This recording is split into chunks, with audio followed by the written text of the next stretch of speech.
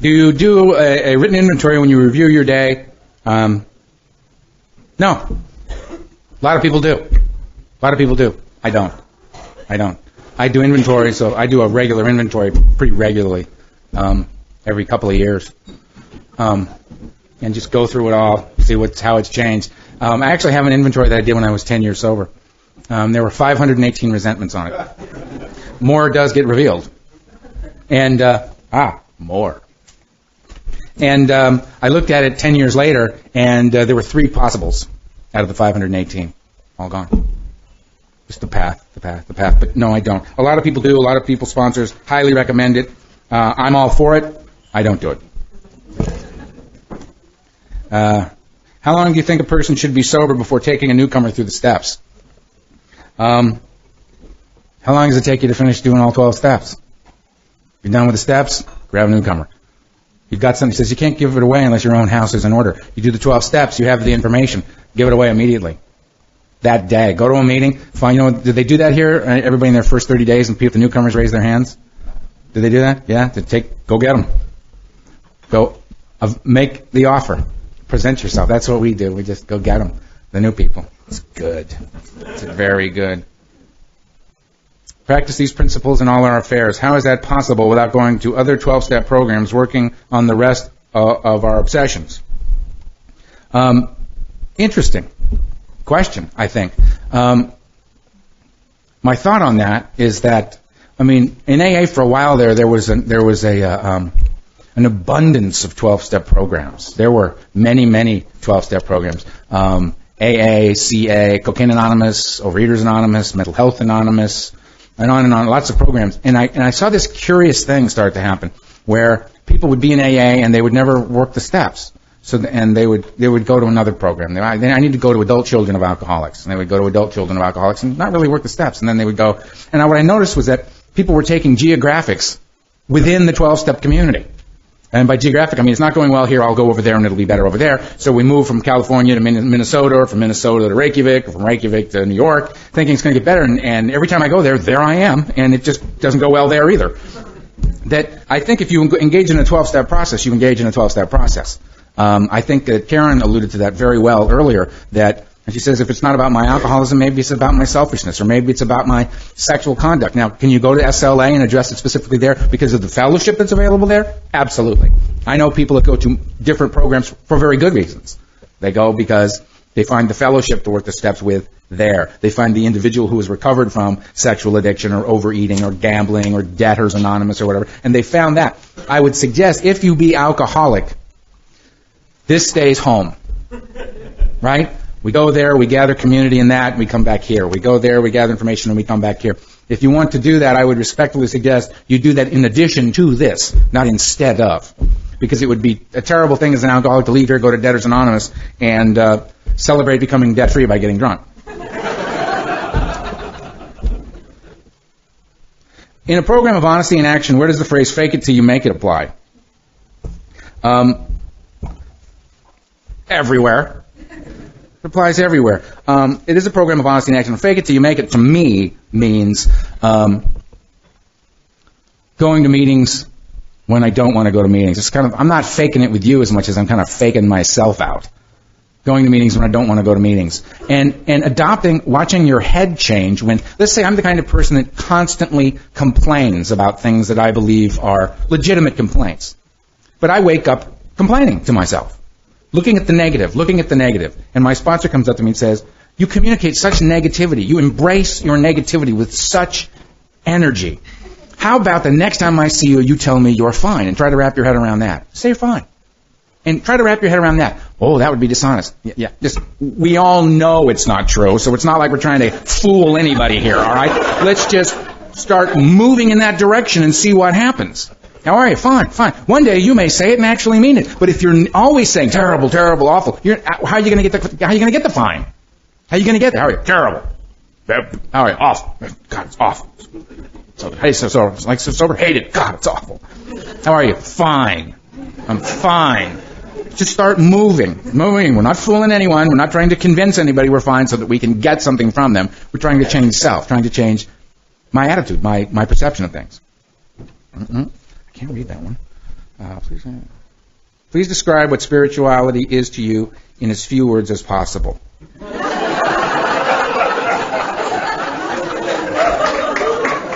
Trying to rein me in, are you? It can't be done. All right. Taking daily action that moves me in the direction of God.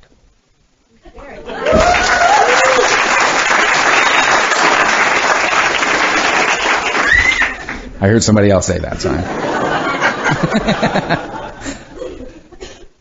I find it hard to start a routine of meditation and prayer every day. Can you help? Yes. Engage in a routine of meditation every day.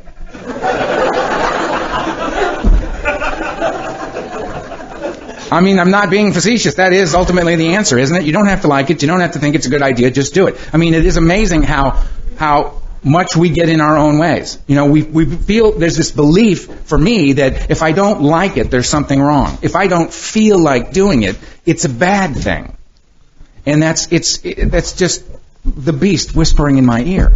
Is all that is. It's like, oh, meditation. God, that's just going to be awful. Again, with the perception of things. It's just going to be terrible. It's terrible. I mean, I have to sit still for, God, what are we talking, 10 minutes here? Peace. It's endless. It's endless 10 minutes of time sitting still. I'll complain about it for 20, 30 minutes. You know, and it's the action. It's like Donald Madden said, you don't have to like it. You don't have to think it's a good idea. You just do it. We know you don't want to sit still. We know that that's difficult. We know the thought of quieting the mind is a horrifying thought. You know, we know that. And just go ahead. You're going to be okay. You're going to be okay. And you just do it. You just write it in your book, you know. It says I'm scheduling my day for tomorrow. I put down, 6:30, 6:40. Meditate. Meditate. Just do it. And it becomes so much less effort than resisting doing it, ultimately. It is the easier, softer way. And it's about kind of clinging to those little statements that make it possible to just go, roll out of bed, flop down on the floor, open yourself up, and let it happen.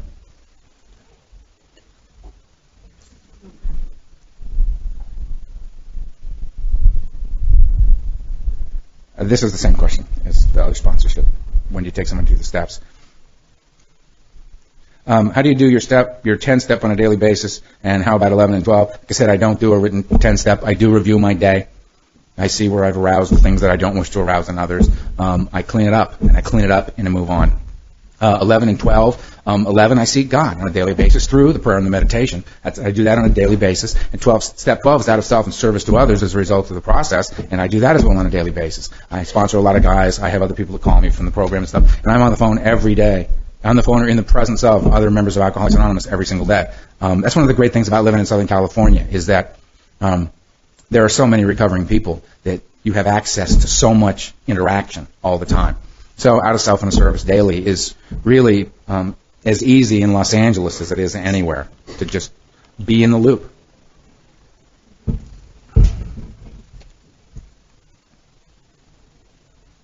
Do you believe in being specific on prayer? Yes. How about when you think about the exact nature of your wrongs? When I ask God to remove all my defects of character, I don't think that I have to be specific with God because, of course, He's God. He knows. He knows. I get specific, there's the chance I'm leaving stuff out. It's just my defects of character. All of them. Take them as you see fit. All of them.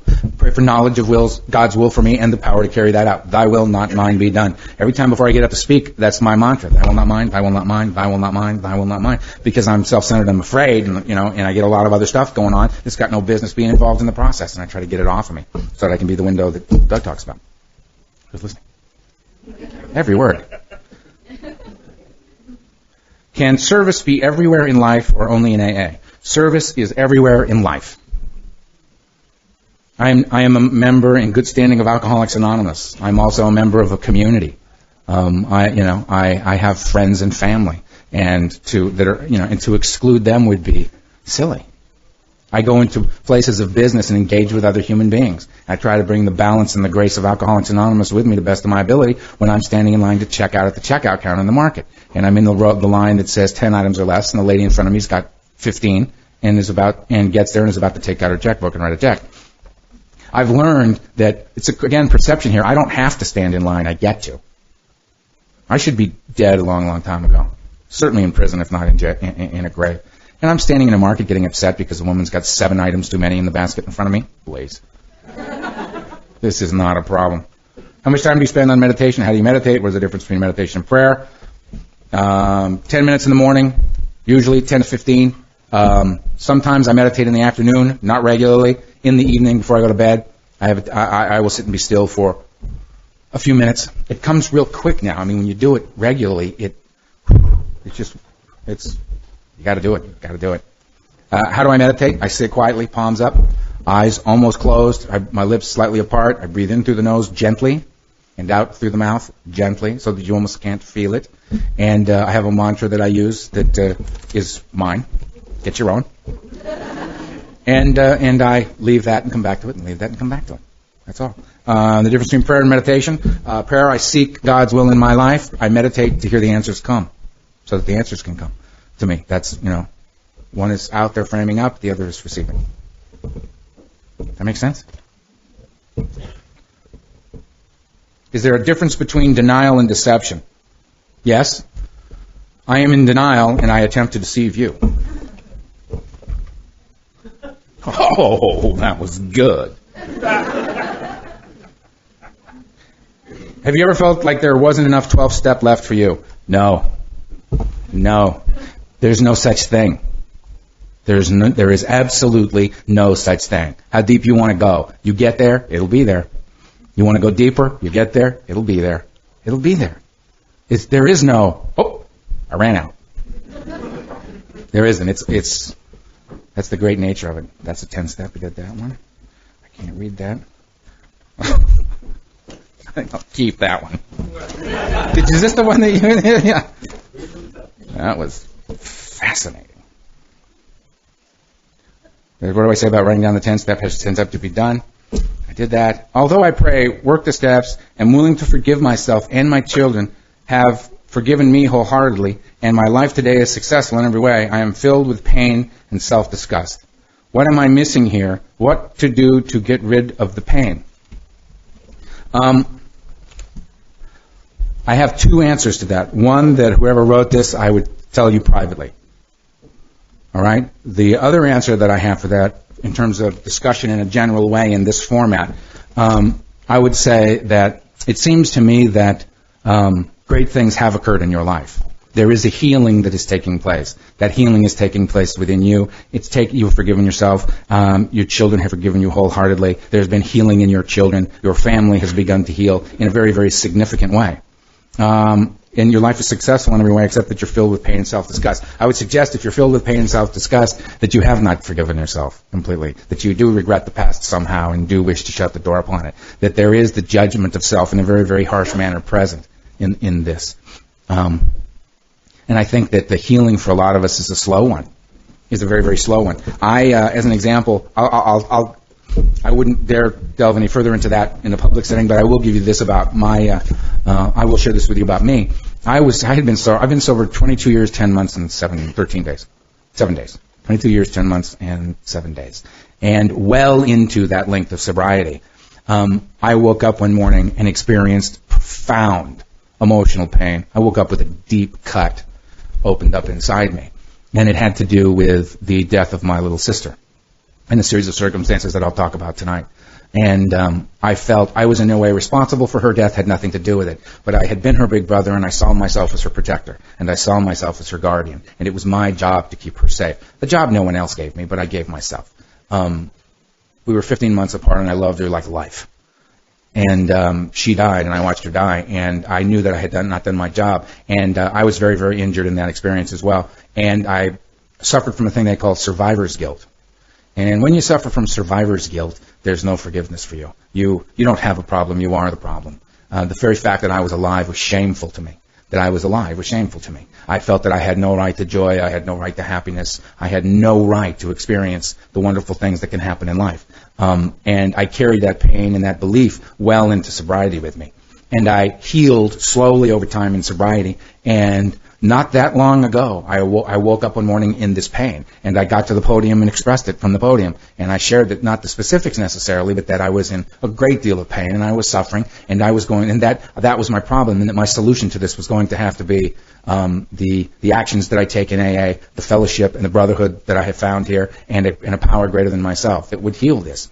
And I took the actions, and I healed. And as a result of that, there's been tremendous creativity that's been coming into my life, and opportunities to express the creativity that I've always felt and wanted to express, but never have. I was very involved musically, and I was involved in writing. I was involved in a lot of other things much earlier in my life, and I shut them down. Friends of mine that had known me for 15, 16 years had no idea that I had ever been in any way even involved in any kind of artistic endeavor, because I had taken that away from myself as my penance.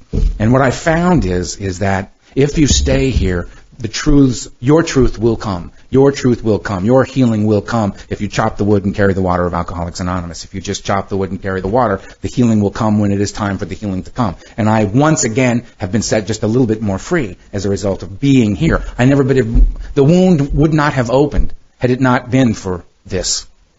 The wound would not have begun to heal had it not been for this. Right? And now this stuff is happening in my life, and there's a healing that I don't have words for. That I don't have words for. So when you say that you have disgust for yourself, I understand. I had no right to be alive in my own mind. Yet I was, and I felt that redemption was something that was unavailable to me. And now I believe that redemption is available to all of us. And it is a question of how we embrace this path. This is not just about not drinking and using.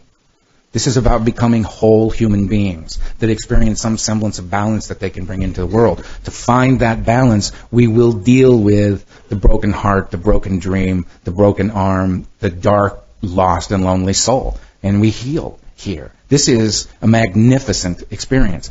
We're the dark ones. We know the darkness. We all know the darkness. Some of it still carried a bit with us, no matter how long we've been sober. I'm one of those.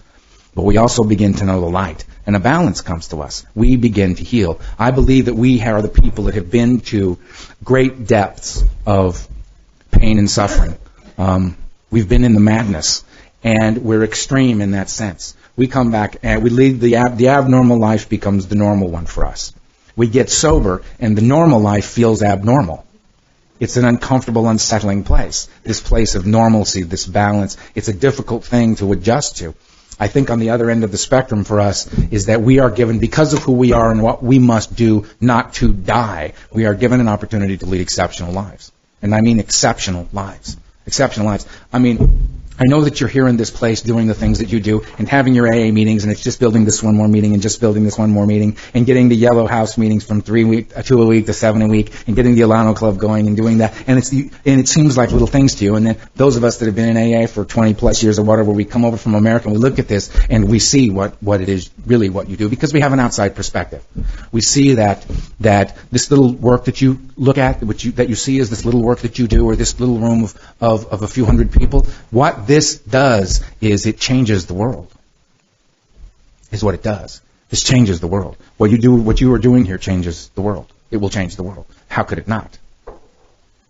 Bill and Bob were 68 years ago. That's it, 68 years ago. Look. There were so few of you, such a short time ago. Look, and I talk to you when I walk out, and you don't come up to me and say, "Oh, that was cute," or "That was funny." You come up and you say, when you discuss the 11th step, I mean, you go right into the heart and soul of it. You're all coming at me with books. You have books. And pens, and you're flipping the pages, and these books one woman came, and this book is in tatters. It was just in tatters, and she looked at us and she said, "Don't go in the sauna with your book." This was right. But the point is, the woman's in the sauna with her book. It's astonishing what you're doing here. This is not a little thing. This is exceptional lives. Exceptional lives, creating a world and an environment within which our kind can come and find a program of hope.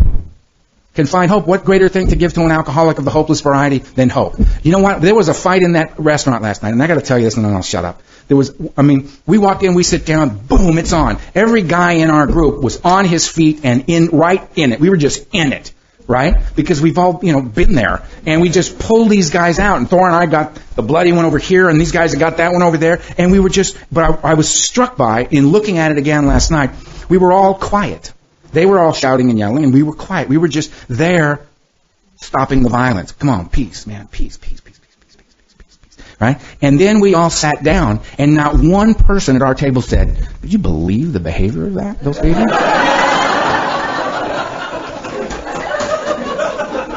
Nobody said that. Everybody just looked around the room at each other and said, "You okay? You okay? You okay? You okay?" Concerned about each other. Concerned about each other. "You okay? Okay? Yeah, I'm fine." Yeah.